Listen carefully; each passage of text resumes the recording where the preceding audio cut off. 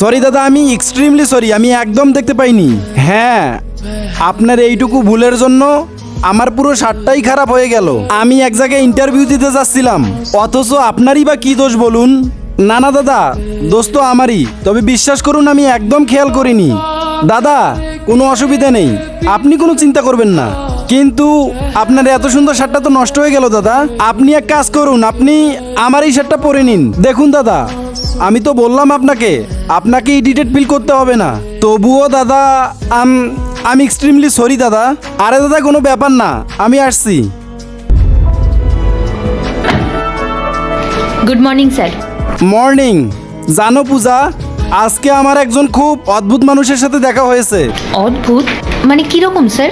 আজ সকালে যখন অফিসের বাইরে দাঁড়িয়ে পেন্টিং করছিলাম, ঠিক তখনই আমার তুলিটা ঝাড়তে গিয়ে তুলিটার রং ছেলেটার শার্টে গিয়ে পড়ে। আর ছেলেটাও তখন ইন্টারভিউ দিতে যাচ্ছিল, কিন্তু আমার দোষে ছেলেটার শার্টটা পুরো নষ্ট হয়ে গেল। আর তারপর কি হলো তুমি গেস করতে পারবে? কি আর করবে, নিশ্চয়ই আপনাকে উল্টোপাল্টা কথা শুনিয়ে দিয়েছে। একদমই নয়। তাহলে কি স্যার ও রেগে গিয়ে আপনার গায়ে? আরে না না, সেসব কিচ্ছু করেনি, উল্টে কত সহজে আমায় মাফ করে দিল। আচ্ছা পূজা, তুমি বলো তো যে আজকালকার দিনে এরকম মানুষ কি দেখা যায়? না স্যার, সত্যি বলতে আজকালকার দিনে এরকম মানুষ দেখাই যায় না। আমি তো ভেবে অবাক হয়ে যাচ্ছি, যেই মানুষটার আপনার জন্য এত ক্ষতি হয়ে গেল, সে আপনার উপর কোনো রিয়াক্ট করলো না। আই হোপ ওর ইন্টারভিউটা খুব ভালো হবে। যাই হোক, চলো বেরোনো যাক নাকি? চলুন স্যার। আরে আপনি? দাদা এক্সট্রিমলি সরি, একটু আগে আপনার গায়ে পেইন্ট ফেললাম, এখন আবার জল। কিন্তু তার আগে আল্লাহর নামটি দেখে যে এড়িয়ে যাবে তার মনের ইচ্ছা কখনোই পূরণ হবে না। তাই আল্লাহর এই নামটির জন্য একটি লাইক এবং সাবস্ক্রাইব করে যাও। কি বলুন তো, আমার না, আমার মনে হচ্ছে আমাদের দুজনের মাঝে কোনো কানেকশন আছে। দাদা কোনো ব্যাপার না, এ শার্টটা তো আগে থেকেই খারাপ ছিল, এখন জল পড়লে আর কিছু হবে না। বাই দা ওয়ে, আপনি এই বিল্ডিং এর সামনে কেন এসেছেন?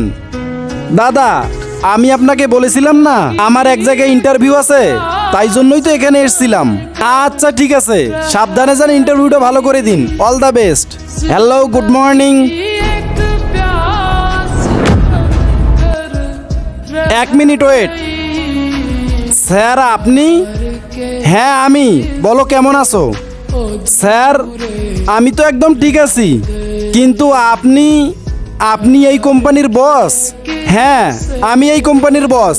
বাহ, খুব ভালো তো স্যার। স্যার এই যে আমার সিভি। না না, সিভির দরকার নেই, আপনি সিলেক্টেড আর কাল থেকে আপনি জয়েন করছেন। কেমন বন্ধুরা, এরপরে কি হলো দেখতে কমেন্টে পার্ট 2 লিখে যাও।